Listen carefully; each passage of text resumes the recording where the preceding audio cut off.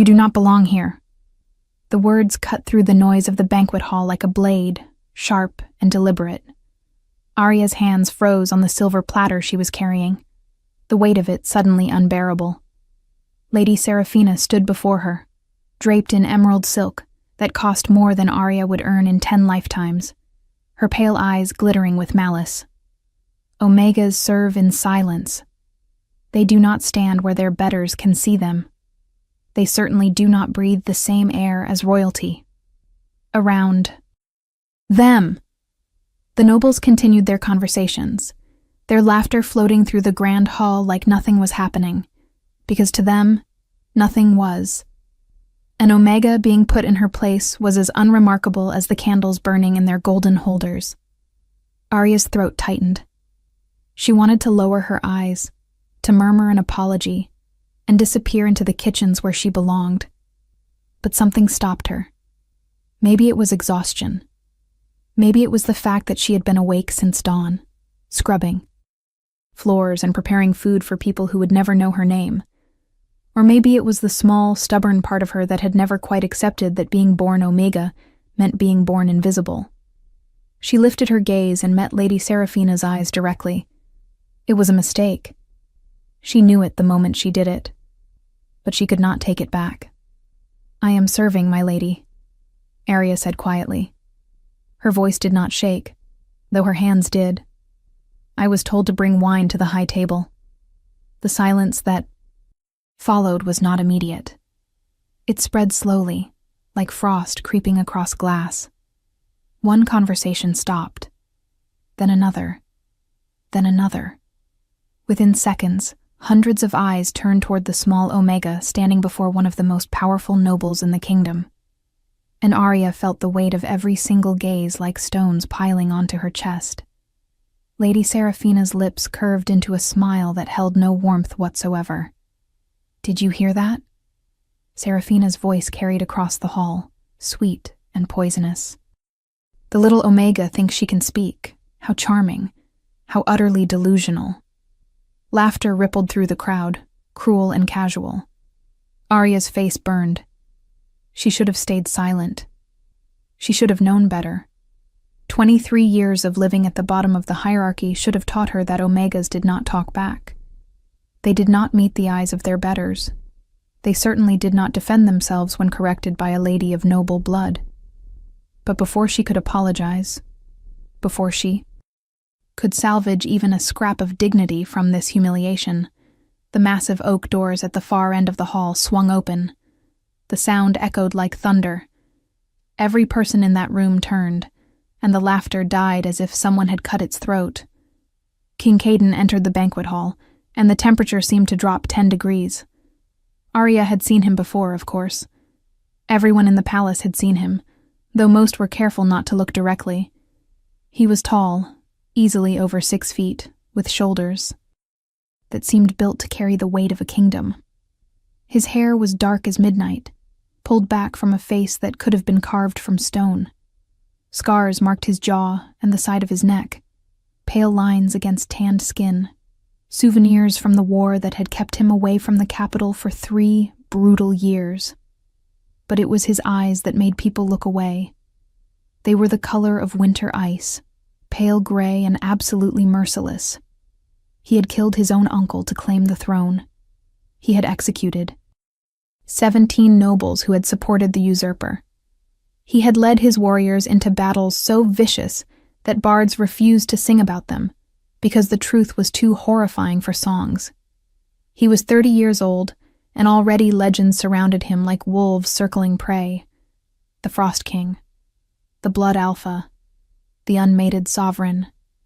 He was the most powerful alpha in 5 kingdoms, and he had never claimed a mate, never shown interest in any of the noble daughters paraded before him, never demonstrated anything resembling softness or mercy.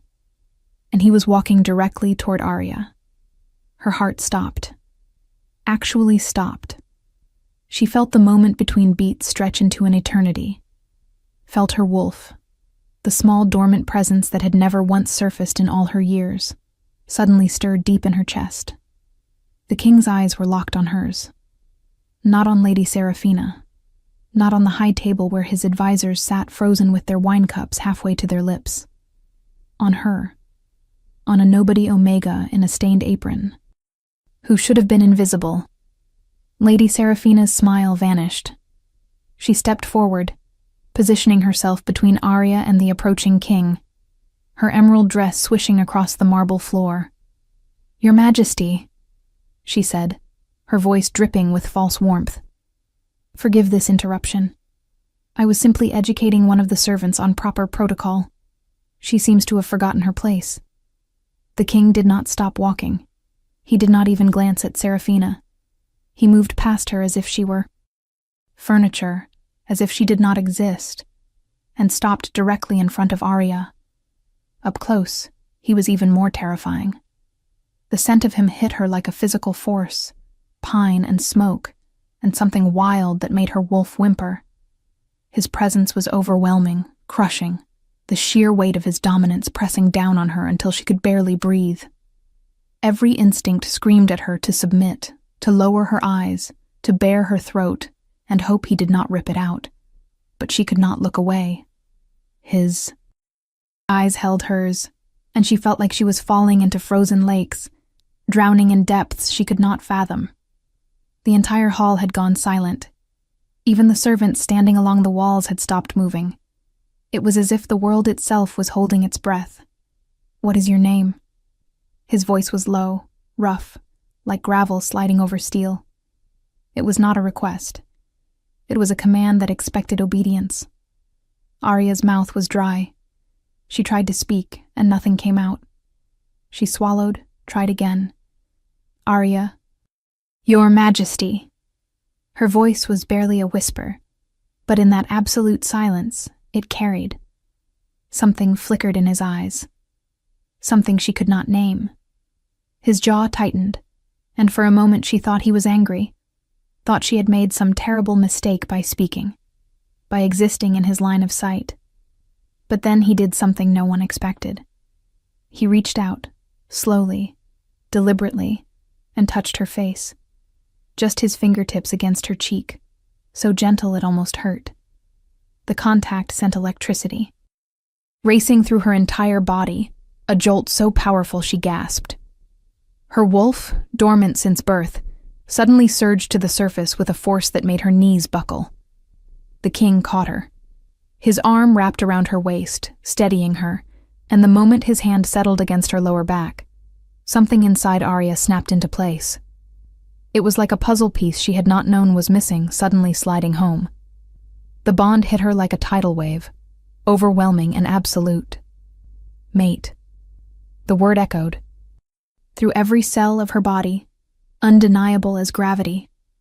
This man, this terrifying king who made grown alphas tremble, was her mate. And from the way his pupils dilated, from the way his grip on her tightened possessively, he felt it too. Impossible! Lady Seraphina's voice shattered the moment, shrill with disbelief. She is an Omega, a servant. There must be some mistake.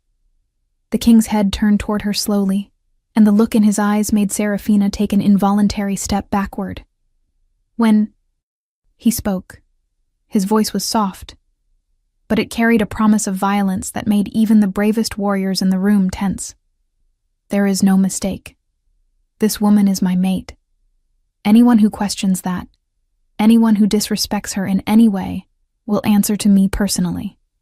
He looked around the hall, meeting the eyes of every noble, every courtier, every person who had laughed at Arya moments before. She is your future queen. You will treat her as such.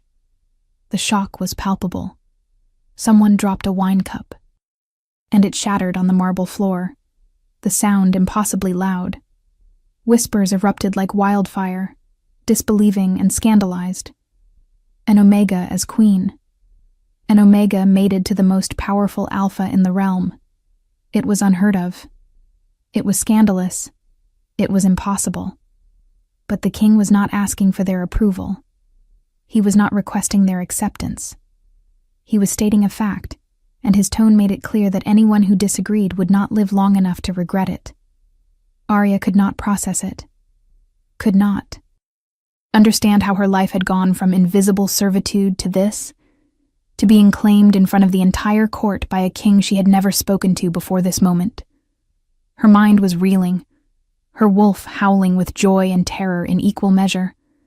She looked up at him, at this stranger who was apparently her destined mate, and found him already watching her with an intensity that stole her breath. "Can you walk?" he asked quietly, and there was something almost gentle in his voice, something that did not match the reputation of the blood alpha at all. She nodded, not trusting her voice. He released her waist, but took her hand instead, his fingers threading through hers with a possessiveness that sent heat flooding through her veins.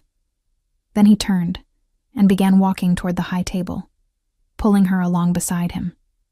Arya stumbled, her legs weak, but he shortened his stride to match hers, never letting go. As they passed Lady Seraphina, Arya saw pure hatred burning in the noblewoman's eyes, a promise of retribution that made her blood run cold. But the king's hand tightened around hers, warm and steady, and somehow that made the fear a little easier to bear. He led her to the high table and pulled out the chair beside his own, the chair reserved for the queen. Arya stared at it, at the ornate carved wood and velvet cushions, at the golden plate and crystal goblet that sparkled in the candlelight. She had cleaned these chairs 100 times. She had polished this silverware, until her hands cramped. She had never in her wildest dreams imagined sitting here. "Sit," the king said, and it was not quite a command, but not quite a request either. She sat because her legs would not hold her anymore, and because refusing seemed impossible when he was looking at her like that, like she was something precious he had been searching for his entire life. If you are enjoying this story, do not forget to leave a like and subscribe to the channel for more emotional stories like this. 1. The king took his own seat, still holding her hand on top of the table where everyone could see. The message was clear. She was his. Anyone who wanted to challenge that would have to go through him first. The feast continued, but the atmosphere had changed completely. Conversations were muted, strained. People kept stealing glances at Arya, at the Omega sitting in the queen's chair, and she could feel their judgment like daggers in her back. She tried to pull her hand away, suddenly aware of how rough her skin was from years of scrubbing floors, how her nails were chipped and her fingers stained with grease from the kitchens. But the king would not let go. His thumb traced slow circles on the back of her hand, a gesture so intimate it made her shiver. "You spoke to me," he said quietly, his voice pitched low enough that only she could hear. "In the kitchen gardens. 3 months ago. Do you remember?" Arya's eyes widened. She did remember. It had been late evening, almost dark. She had been picking herbs for the next day's meals when a man had appeared on the path, tall and imposing even in the shadows. She had not recognized him as the king, had not realized who he was until he spoke. He had asked her what she was doing, and she, foolish and tired and not thinking clearly, had actually answered. Had told him about the rosemary and thyme, about how the head cook insisted on fresh herbs for the roasts. They had talked for maybe 10 minutes, and then he had disappeared into the darkness, and she had gone back to work, thinking nothing of it. "That was you," she whispered, stunned. "I did not know. I did not realize. I know." His lips curved into something that was almost a smile, though it looked unpracticed, like his face was not used to the expression. "You treated me like a person, not a king, not a monster, just a man walking through a garden." He paused, his eyes searching hers. "I have thought about you every day since." Her heart clenched. She didn't know what to say to that, did not know how to respond to the raw honesty in his voice. Before she could formulate any kind of answer, a man in elaborate robes approached the table, bowing deeply. He was older, maybe 60, with silver hair and sharp eyes that assessed Arya with undisguised suspicion.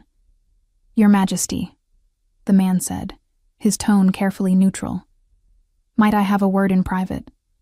There are matters of state that require your immediate attention. The king's expression hardened. Speak. Chancellor, whatever you have to say can be said in front of my mate. The chancellor's jaw tightened, but he nodded. Very well. Your Majesty, while I understand the, excitement of discovering your mate, there are protocols that must be followed. The young woman's lineage must be verified, her background investigated, her suitability for the position of queen assessed by the council. These things take time. No. The single word was absolute, final. She is my mate. That is the only verification needed. The council will accept her, or I will find a new council. Murmurs rippled through the nobles close enough to hear. The chancellor's face paled. Your Majesty, please be reasonable. The kingdom has been without a queen for decades. Such an important position cannot be filled by someone of, forgive me, unknown origins. The people will have questions. The nobles will demand answers. Then let them demand. The king's voice dropped to a deadly purr. And when they are done demanding, they will bow to their queen, or they will learn what happens to those who defy me. The threat hung in the air like smoke. The chancellor opened his mouth, closed it again, then bowed stiffly and retreated. Arya sat frozen, her mind racing. This was insane. She was not queen material. She did not know the first thing about politics or diplomacy or running a kingdom. She could barely read. Her education had consisted of learning how to scrub floors efficiently and how to stay invisible. How could anyone expect her to rule beside a king? As if sensing her panic, the king leaned closer. His breath was warm against her ear, sending shivers down her spine. Breathe, he murmured. You are stronger than you think, stronger than any of them realize. I do not understand, she whispered back, her voice shaking. Why me? You could have anyone. Any noble lady, any alpha female. Why would fate bind you to an Omega who cannot even read properly? His hand came up to cup her face, turning her toward him. They were so close, she could see the flecks of blue in his gray eyes, could feel the heat radiating from his body. Because you are mine, he said simply. Because when I look at you, I see someone who survived in a world designed to crush her and still maintained her kindness. Because you spoke to me like I was worth speaking to when you had no idea who I was. Because my wolf recognized yours the moment I walked into this hall and will not rest until you accept what we are to each other.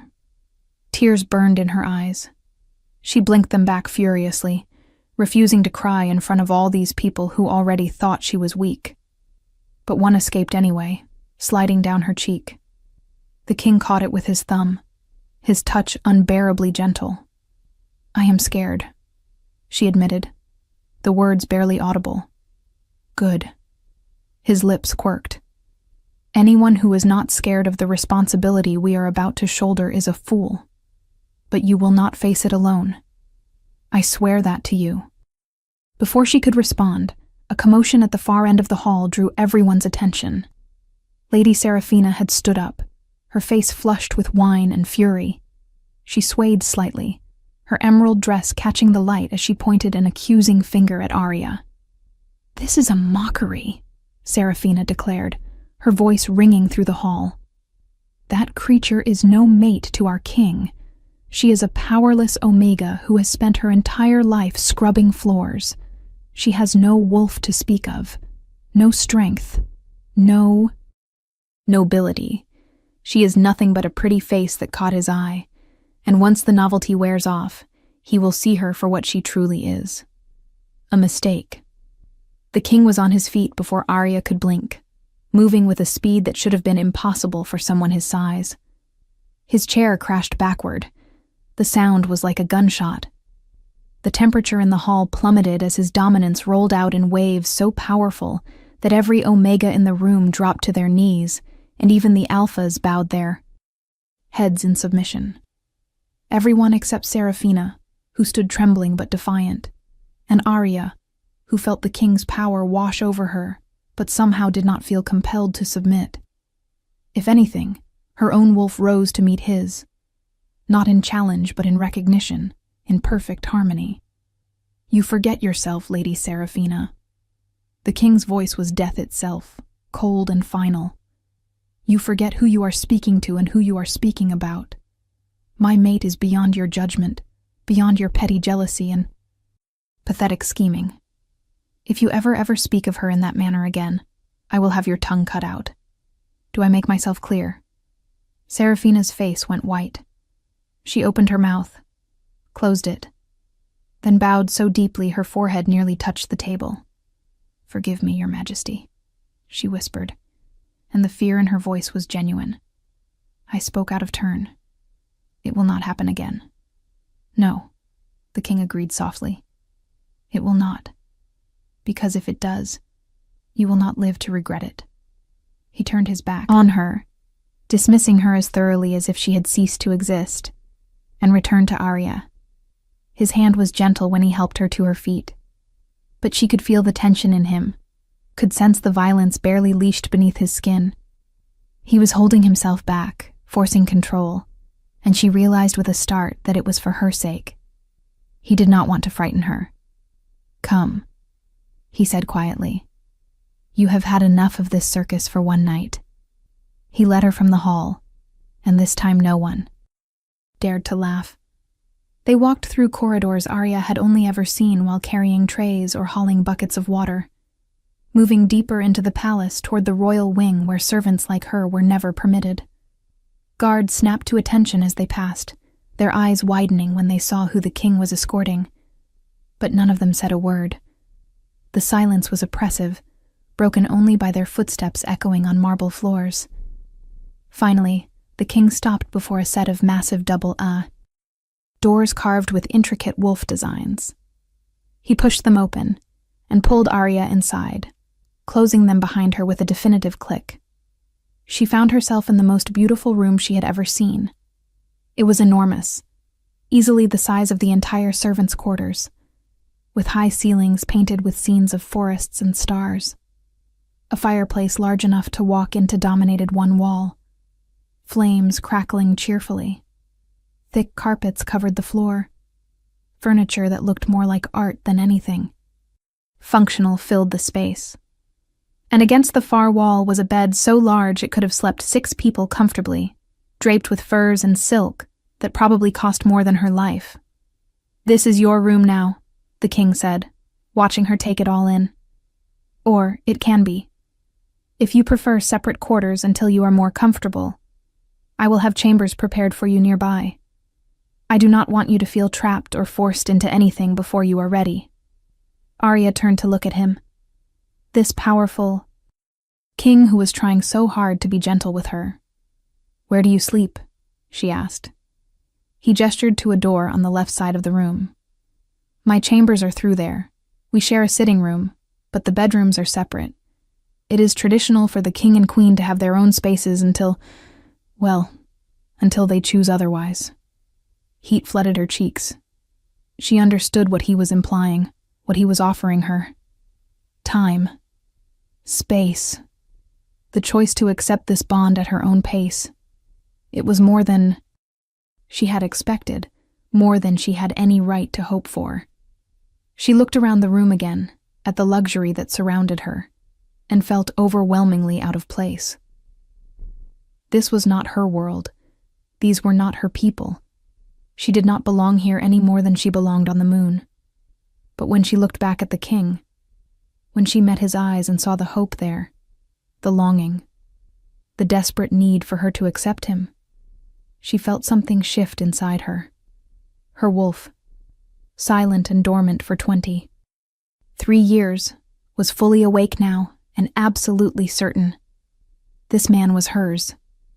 This terrifying, scarred, powerful king was her mate, and every instinct she possessed was screaming at her to claim him, to accept the bond, to surrender to the destiny that had brought them together.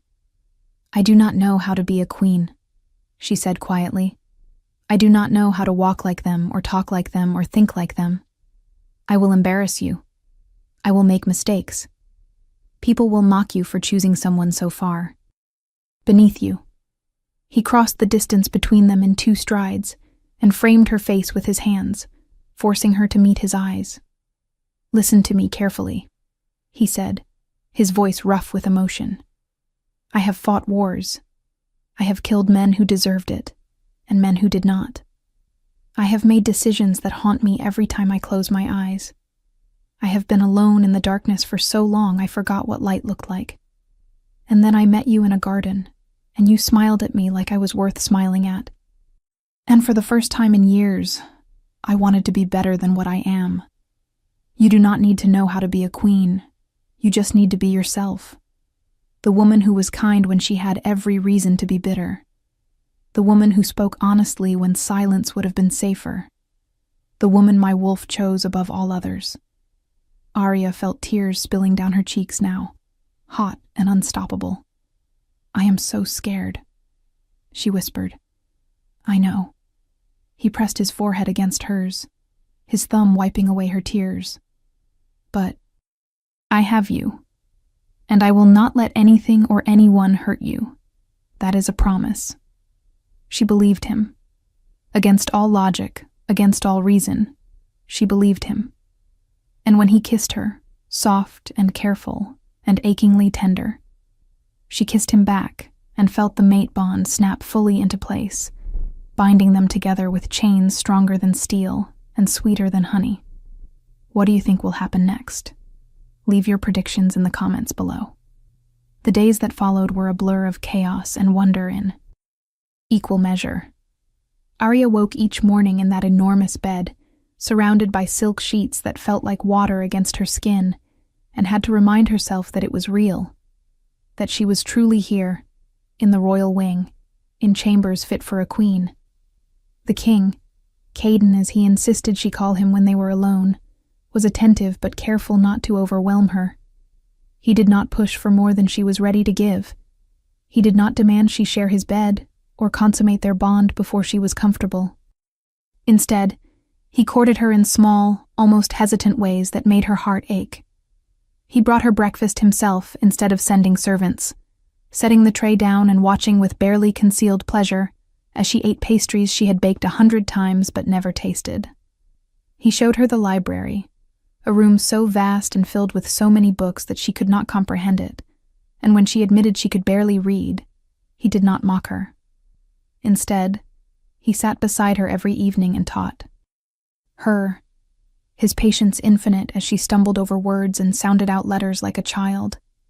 He walked with her through the palace gardens, pointing out flowers whose names she had never learned, and listened with genuine interest when she told him about the herbs she knew, the ones she had used in cooking. He held her hand in public, a constant statement to the court that she was his and he was hers. And when nobles whispered behind their fans or servants stared with barely concealed shock, he simply pulled her closer. But not everything was beautiful. The court was a viper's nest, and Arya quickly learned that being the king's mate made her a target. Lady Seraphina was the worst, though she was careful never to confront Arya directly again. Instead, she worked through whispers and suggestions, planting seeds of doubt wherever she could. She told the other nobles that Arya was a gold digger who had seduced the king with omega pheromones. She spread rumors that Arya was barren, that she would never be able to give the king an heir. She made sure everyone knew that Arya could not read, could not dance, could not perform any of the duties expected of a queen. And the worst part was that some of it was true. Arya could not navigate court politics the way these people did. She did not understand the subtle games of power and influence. She made mistakes, small ones that would have been overlooked in anyone else but were magnified 1,000 times because of who she was. She used the wrong fork at dinner. She addressed a duke as Sir instead of Your Grace. She wore a dress that was perfectly beautiful, but apparently the wrong color for an afternoon event. Each mistake was catalogued, discussed, judged. The king's protection could only go so far. He could not be with her every moment of every day. He had a kingdom to run, councils to attend, decisions to make that required his presence. And when he was gone, the vultures circled. The noblewomen who had once ignored her now approached with false smiles and poisonous kindness, offering to teach her court etiquette while subtly highlighting everything she did wrong. The servants she had worked alongside for years suddenly treated her like she was made of glass, terrified to speak to her normally because she was no longer one of them. Arya felt herself drowning in a world she did not understand, and the only thing keeping her afloat was Caden. He was her anchor, her safe harbor in a storm of silk and lies. When she was with him, she could breathe. When he touched her, the bond between them sang so sweetly that everything else faded to background noise. But he could not always be there, and she knew she needed to be stronger. She needed to learn how to survive in this world on her own. It was during one of these moments, when Caden was locked in meetings with his military advisors, and Arya was left to navigate the palace alone, that she felt it. A pull, deep in her chest, tugging her toward the oldest part of the palace, the abandoned wing that had been closed off for decades, the place where servants whispered about ghosts and dark magic. She should have ignored it, should have turned around and gone back to her chambers. But the pull was insistent, almost desperate, and her wolf was suddenly more alert than it had ever been. She followed the feeling through dusty corridors and past rooms that had not seen occupants in generations. The air grew colder the deeper she went, and the light from the windows dimmed, as if the sun itself was reluctant to penetrate this far. Finally, she stopped before a door that was different from all the others. It was made of dark wood, almost black, and covered in carvings that hurt to look at. Symbols that seemed to writhe and shift when she was not looking directly at them. Her hand reached for the handle without conscious thought. The door swung open silently, revealing a circular room with walls covered in mirrors. Not regular mirrors. These were old, their surfaces clouded and strange, reflecting things that were not quite right. And in the center of the room, set into the floor, was a circle of silver inlaid with more of those painful symbols. Arya stepped into the circle before she could question the impulse, and the world exploded into light and pain and power. Her wolf surged forward with a force that knocked her to her knees, and for the first time in her life, she felt it fully. Not the small, dormant presence she had, always known, but something vast and ancient and absolutely terrifying. Power flooded through her veins like liquid fire, burning away everything that had been holding her back, everything that had been suppressing her true nature. Images flashed through her mind, memories that were not hers, but belonged to her wolf, to her bloodline. She saw a woman who looked like her, standing on a battlefield surrounded by enemies, power radiating from her in waves that made alphas bow and omegas weep. She saw a crown of silver and moonstone, a throne carved from a single massive tree trunk.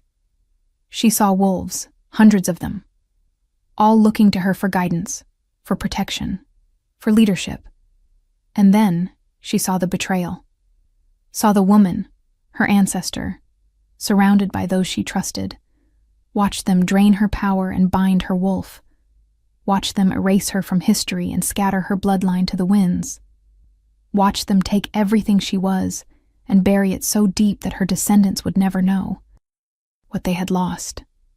The vision faded, and Arya found herself still kneeling in the circle, tears streaming down her face. But she was different now. She could feel it in every cell of her body. The power that had been locked away, suppressed by generations of diluted bloodlines and forgotten magic, was awake. Her wolf was no longer dormant. It was there, present and powerful and absolutely furious at what had been stolen from them. She stood slowly, her legs shaking, and looked at her reflection. In one of the mirrors, her eyes were glowing, actually glowing, with a silver light that should have been impossible. Her hair seemed to move in a wind that did not exist, and when she reached for the power inside her, It came willingly, eagerly, wrapping around her like a cloak made of starlight. She was not just an Omega. She had never been just an Omega. She was the last daughter of the moon-blessed line, the bloodline that had ruled over all wolves before the great betrayal. The bloodline that every current ruling family had conspired to destroy because they feared a power they could not control. And they had been right to fear it. Arya left the abandoned wing in a daze, her mind reeling from the revelations. She needed to tell Caden, needed to warn him that she was not what everyone thought, that her presence in his palace could bring dangers he could not imagine.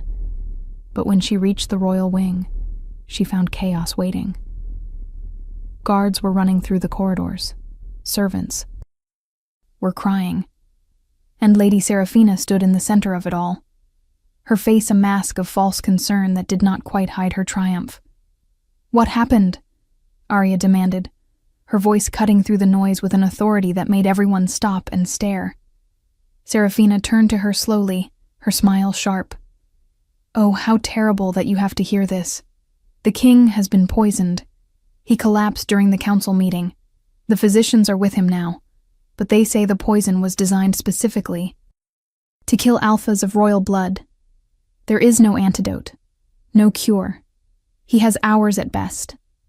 The world tilted. Arya felt the mate bond screaming in her chest, felt Caden's pain echoing through it like a knife to her heart. She did not think, did not hesitate. She pushed past Seraphina and ran toward the king's chambers, her newly awakened power flaring around her in a visible aura that made people scatter from her path.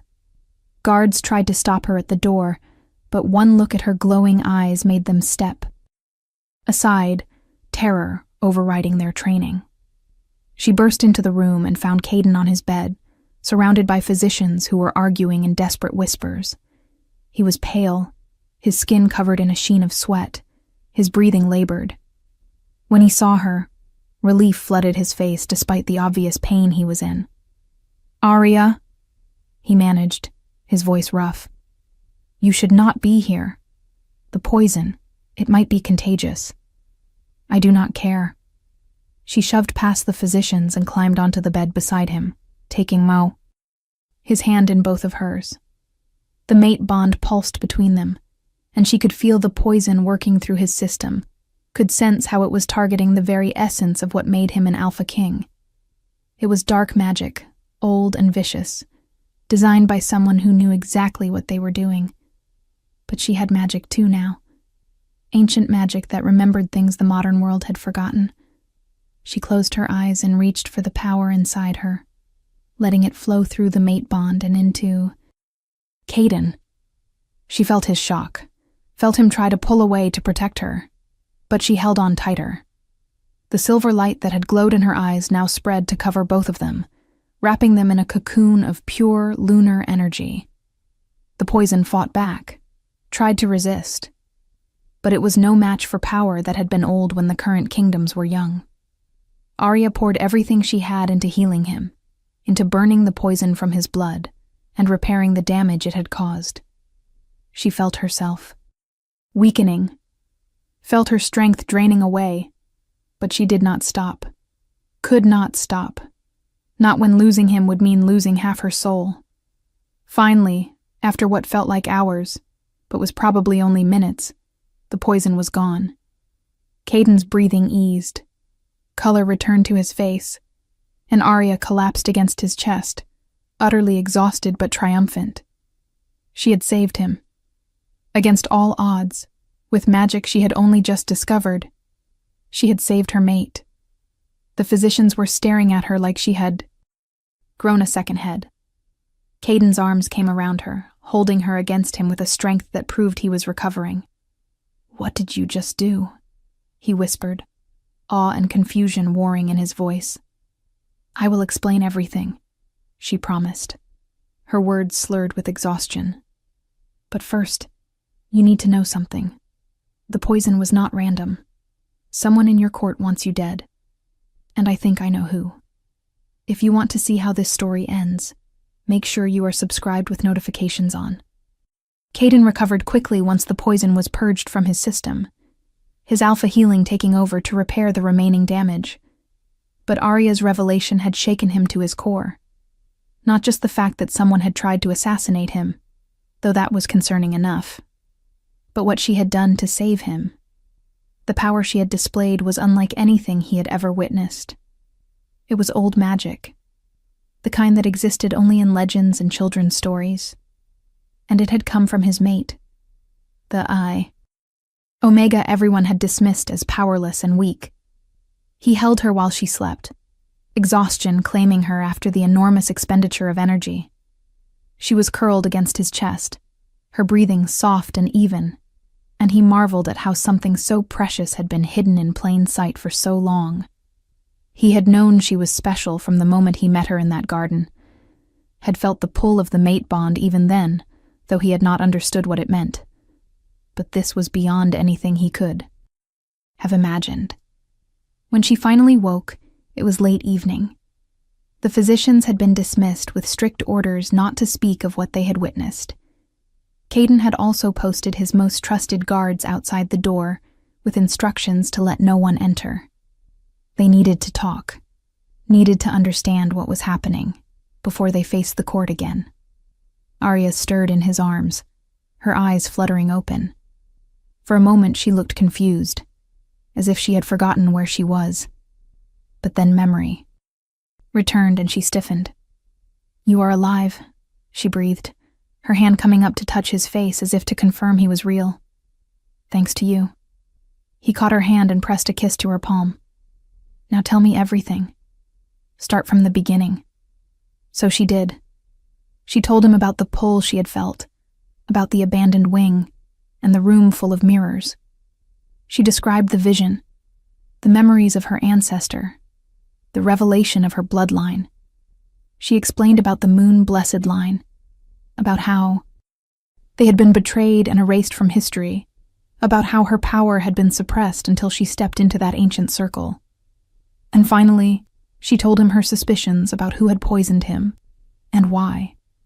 "Lady Seraphina knew exactly where I was when the poison was administered," Arya said, her voice steady despite the weight of the accusation. "She was waiting for me when I came back, ready to deliver the news of your death.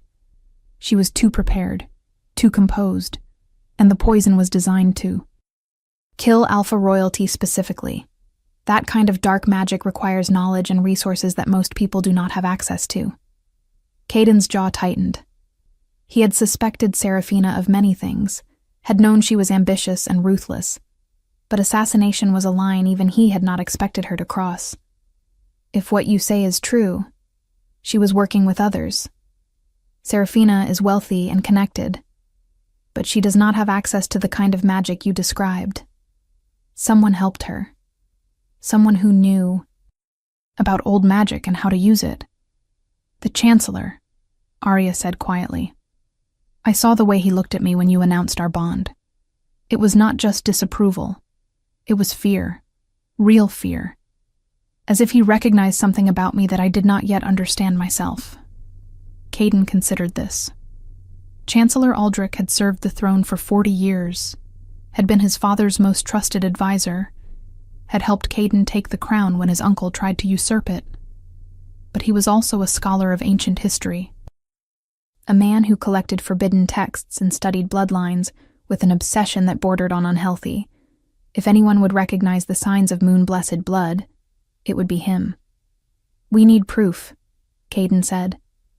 "Accusations of this magnitude cannot be made lightly, especially against people as powerful as Seraphina and Aldrich. But if they tried once, they will try again, and next time they might target you." Arya nodded, but there was a determination in her eyes that had not been there before. "Then we need to be ready. I need to learn how to control this power properly. I need to understand what I am capable of, so I can protect both of us." Over the next week, Arya trained in secret. She returned to the abandoned wing every night, to that circular room with its mirrors and ancient symbols, and practiced channeling the power that now burned inside her. It was not easy. The magic was wild and ancient, unused to being constrained. and more than once she lost control and blew out every mirror in the room with a blast of pure energy. But slowly, painfully, she learned. She discovered she could heal with a touch, could sense lies like discord in a symphony, could protect herself with shields of solid moonlight. She found she could communicate with wolves directly, not just werewolves, but the actual wild creatures that roamed the forests, and they responded to her with a loyalty that should have been impossible. Most terrifyingly, she learned she could compel obedience from other wolves when she needed to, her alpha aura so powerful it made even Caden's warriors struggle to resist. But the more she practiced, the more she realized the extent of what had been stolen from her ancestors. The Moon-Blessed line had not just been powerful, they had been peacekeepers, using their abilities to mediate between warring packs, to heal the sick, to protect the weak. They had been respected and loved, right up until the other alpha families decided that respect looked too much like worship and love looked too much like devotion. So they had orchestrated a coup, spreading lies about the moon, Blessed using their powers to control rather than guide. And when the killing was done, they had worked together to erase all evidence that the bloodline had ever existed. Except it had not worked completely. Some members of the Moon-Blessed line had escaped, had gone into hiding, had diluted their blood over generations until the power became dormant, until it became possible for someone like Arya to be born, to grow up thinking she was nothing special, to live as an Omega servant while carrying the legacy of queens in her very DNA. Arya was sitting in the training room, surrounded by shattered mirror fragments, when Caden found her one night. He had been searching for over an hour, had finally thought to check the abandoned wing. When he saw what she was doing, saw the silver light dancing around her fingers, and the way she was manipulating raw energy like it was clay, he stopped in the doorway and simply stared. She sensed him immediately, and the power snapped off, leaving her looking exhausted and slightly embarrassed. "I did not realize how late it was," she said, standing and brushing glass dust from her dress. "I should have told you where I was going. You should have told me you were training at all." He crossed to her, his eyes cataloging every detail of her appearance. She looked different now, stronger, more confident. The uncertain servant girl he had claimed as his mate was still there, but she was wrapped in something fierce and powerful that took his breath away. "How long have you been doing this?" "Every night since I healed you." She met his eyes steadily. "I need to be able to defend myself. Defend us. I cannot rely on you to always be there when danger comes."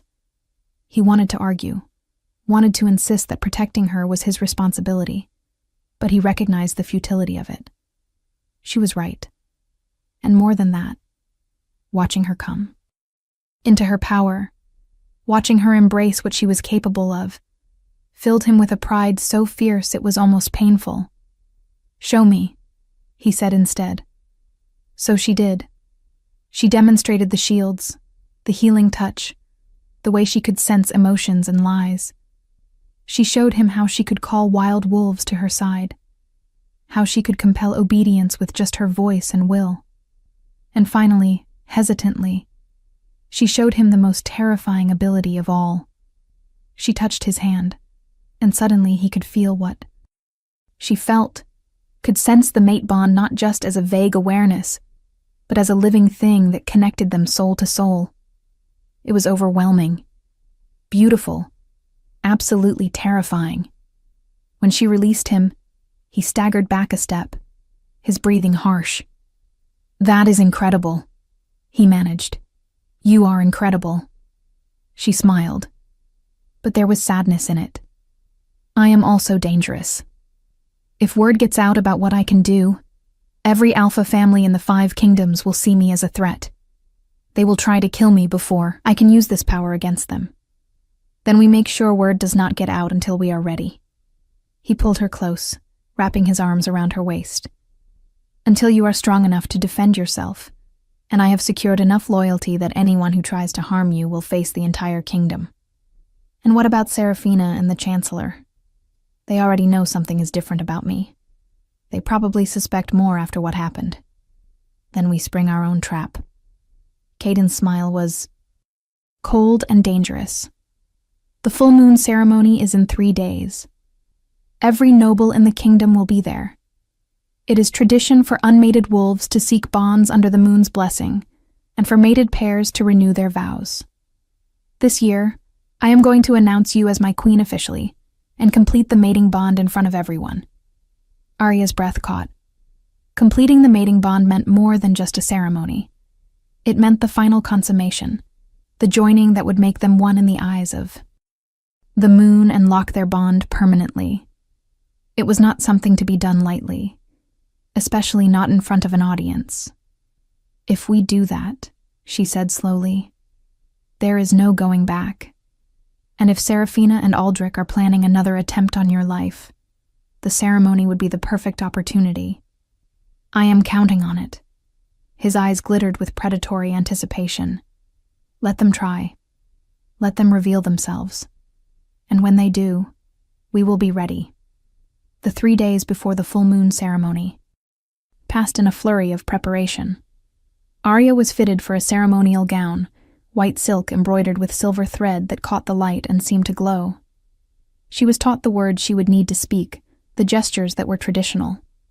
She met with the priestess who would officiate, an ancient woman with clouded eyes, who took one look at Arya and smiled like she knew secrets the rest of the world had forgotten. You carry the moon's blessing in your blood, the priestess said, her gnarled fingers tracing symbols on Arya's forehead. I thought that line was extinct. How wonderful to be proven wrong. You know what I am? Arya whispered, shocked. I am old enough to remember when the moon blessed walked openly among us. Old enough to remember what the greedy and fearful did to them. The priestess's smile turned sad. Be careful, child. History has a way of repeating itself. The night of the ceremony arrived with cloudless skies and a moon so bright it turned the palace grounds to silver. Hundreds of wolves gathered in the sacred grove, a clearing deep in the royal forest, where ancient trees formed a natural cathedral. Nobles in their finest clothes mingled with common pack members, all equal under the moon's gaze. Bonfires burned at the cardinal points, their flames dancing in a wind that seemed to come from nowhere. Arya waited in a tent at the edge of the clearing, her heart racing. She wore the white gown and a crown of silver leaves that was so delicate it looked like it might blow away in the slightest breeze. Her hair fell loose down her back, as tradition demanded for an unmated female, though of course she was mated. Everyone knew it. But the ceremony required the pretense that the bond was not yet complete. Caden entered the tent, and the sight of him stole her breath. He wore traditional ceremonial robes, black leather and fur that made him look more wolf than man. His eyes found hers immediately, and the heat in them made her shiver. Are you ready? He asked, his voice rough. She nodded, not trusting her voice. He offered his hand and she took it, letting him lead her from the tent and into the clearing. Every eye turned toward them. The crowd fell silent. Even the wind seemed to hold its breath. The priestess stood in the center of the circle, her arms raised to the moon. We gather under the blessing of the Great Mother to witness the joining of 2 souls, she called, her voice surprisingly strong for someone so ancient. The king has chosen his mate. The moon has blessed their bond. Tonight, we make it eternal. Caden and Arya walked to the center and knelt before the priestess. She produced a silver knife, its blade etched with symbols that hurt to look at. Blood to blood, she intoned. Life to life. Soul to soul. She cut Caden's palm first, then Arya's. They pressed their hands together, their blood mingling, and the mate bond exploded with power. Arya gasped as she felt Caden's emotions flood through her. His. Love and pride and fierce protectiveness. And she knew he was feeling hers too. Her fear and determination and the overwhelming rightness of being with him. The priestess bound their hands together with a silver cord. Speak your vows, she commanded. Caden went first. I, Caden Thornwood, King of the Northern Realm, claim you as my mate. I swear to protect you with my life, to honor you above all others, to stand beside you in this world and whatever comes after. You are mine, and I am yours, from this moment until the stars burn out. Arya's turn. Her voice shook but held steady. I, Arya, daughter of the Forgotten Line, accept your claim. I swear to stand with you in darkness and in light, to heal what is broken, to fight what threatens.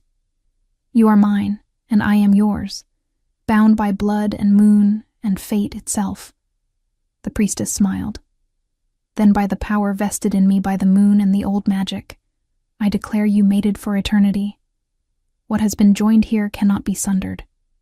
Rise, king. And queen. They stood, still bound together, and faced the crowd. The pack erupted in howls of celebration, the sound echoing through the forest. Arya felt tears streaming down her face, felt the bond settle into place with a finality that was both terrifying and perfect. She was his. He was hers. Nothing could change that now. But even in that moment of joy, she sensed the danger. Her newly awakened power whispered warnings, picked up on malice hiding behind false smiles. She scanned the crowd, and found Chancellor Aldrich standing near the back, his expression carefully neutral. Beside him, partially hidden in shadow, was Lady Seraphina, and the look in Seraphina's eyes promised murder. If this story touched your heart, share it with someone who loves epic romance. Tell me in the comments, did you see this ending coming? The celebration was in full swing when the attack came. One moment there was music and laughter, wolves dancing around the bonfires in celebration of their kings. Mating. The next, the shadows themselves seemed to come alive. Dark shapes poured from the forest, moving too fast to be natural, their eyes glowing red with corrupted magic. Someone screamed. The music cut off, and chaos erupted in the sacred grove. Caden reacted instantly, his body shifting partially as he placed himself between Arya and the creatures. His warriors did the same, forming a defensive line, but these things were not ordinary wolves. They were shadow beasts, creatures of dark. Magic that should not have been possible to create, let alone control. They tore through the defensive line like it was made of paper, their claws leaving wounds that smoked and refused to heal. Arya felt the terror ripple through the crowd, felt Omegas and children screaming as they tried to flee. She saw Caden take a slash across his chest from one of the creatures, saw him stagger, and something inside her snapped. The power she had been carefully controlling, carefully hiding, exploded. Outward in a wave of pure silver light. The shadow beast shrieked and recoiled, unable to withstand the purity of moon magic. Arya stepped forward, past Caden's protective stance, and raised her hands. Words she did not consciously know poured from her lips, ancient words in a language that predated modern speech. The silver light intensified, spreading from her in concentric circles, washing over the entire grove. Where it touched the shadow beasts, they dissolved into smoke and screams. Where it touched wounded wolves, it healed them, knitting flesh and bone back together. Where it touched the corrupt magic animating the creatures, it burned it away like fog before the sun. Within moments, every shadow beast was gone, and the clearing was silent except for the sound of shocked breathing. Arya stood in the center of it all, glowing like a fallen star, her power on full display for everyone to see. There was no hiding what she was now, no pretending to be a simple Omega. Every person in that grove could see the truth written in silver light and ancient magic. "Moon blessed," someone whispered, and the whisper spread through the crowd like wildfire. "She is moon blessed." Chancellor Aldrich stepped forward, his face twisted with rage and fear. "Abomination," he spat. "Your kind was wiped out for good reason. You cannot be allowed to exist." Before anyone could stop him, he pulled a talisman from his robes and crushed it. More shadow beasts poured from the forest, dozens of them, a writhing mass of corrupted magic and hatred. But these were different, larger, stronger, and leading them was something that made even Arya's power falter. A creature that had once been a wolf, but was now something else entirely, its body twisted and wrong, its eyes glowing with malevolent intelligence. Lady Seraphina stepped from the crowd, a cruel smile on her face. "Did you really think it would be that easy? We have been planning this for months. The Chancellor knew what you were the moment he saw you. He recognized the signs of moon-blessed blood. And he contacted me because he knew I had the resources and motivation to help eliminate you." "You poisoned me," Caden snarled, moving to attack. But the twisted creature was faster. It slammed into him with the force of a battering ram, sending him crashing into a tree hard enough to crack the trunk. Arya screamed, reaching for him through the bond, but Seraphina was already moving. She produced a knife, similar to the ceremonial one the priestess had used but corrupted, its blade black instead of silver. "Your blood is the key," Seraphina said, advancing on Arya. "Your death will break the mate bond and leave the king vulnerable, and when he falls, the Chancellor and I will take control of the kingdom. We will rebuild it properly, without the taint of forbidden bloodlines polluting the throne." Arya backed away, her mind racing. She could feel Caden struggling to rise, could sense his warriors trying to get to her but being blocked by shadow beasts. She was alone, facing a woman who had spent months planning her murder, and a monster that radiated wrongness with every breath. But she was not the frightened servant girl anymore. She was moon-blessed. She was a daughter of the forgotten line, and she would not die here. When Seraphina lunged with the knife, Arya met her head-on. She caught Seraphina's wrist and channeled her power directly into the other woman, not to heal, but to judge. The silver light burned through Seraphina, searching for every lie, every betrayal, every dark deed. And there were so many. Murders disguised as accidents. Poison slipped into wine cups. Innocents sacrificed to fuel dark rituals. The weight of Seraphina's sins was staggering, and Arya let that weight fall back on her. Seraphina screamed, dropping the knife, her body convulsing as her own guilt devoured her from within. She collapsed, her eyes rolling back, foam flecking her lips. She would live, but she would never be the same. The darkness she had welcomed so eagerly had turned on her with a vengeance. The twisted creature roared and charged at Arya, its jaws wide enough to swallow her whole. But she did not run. She planted her feet and reached deep, deeper than she ever had before, down to the very core of what she was. And she pulled. The moon above them brightened, became almost blinding in its intensity. Beams of pure lunar energy lanced down from the sky, converging on Arya and flowing through her like she was a conduit. She directed that power at the twisted creature, at the dark magic holding it together, and burned it all away. The creature's scream was almost pitiful as it dissolved. The wolf it had once been finally finding peace in oblivion. The remaining shadow beasts fled back into the forest, their creator's control broken. And Chancellor Aldrich, seeing his plans crumble, tried to run. He did not get far. Caden, recovered now thanks to Arya's healing light, intercepted him. The king's eyes were absolutely merciless as he grabbed the Chancellor by the throat and lifted him off his feet. "You betrayed me," Caden said, his voice deadly quiet. "You poisoned me. You tried to kill my mate. You unleashed dark magic on my people. Give me one reason why I should not end you here and now." Aldrich's face was purple, his hands clawing uselessly at Caden's grip. "She is too powerful," he wheezed. "The Moon-Blessed cannot be controlled. They will dominate us all. If given the chance. I did what was necessary to protect the kingdom. You did what you did out of fear and greed." Caden's grip tightened. "And you will pay for it with your life. Wait." Arya's voice cut through the tension. She walked over to them, the silver light fading from her skin, but her eyes still glowing. Do not kill him. Not like this. Let him stand trial. Let everyone see what he did, hear his confession, understand the full extent of his crimes. His death will mean more if it comes with the weight of justice behind it. Caden looked at her, searching her face. Then, slowly, he lowered Aldrich to the ground, though he did not release him. You are too merciful, he said, but there was admiration in his voice. I am moon-blessed, she replied. Mercy is supposed to be our gift, but mercy does not mean there are no consequences.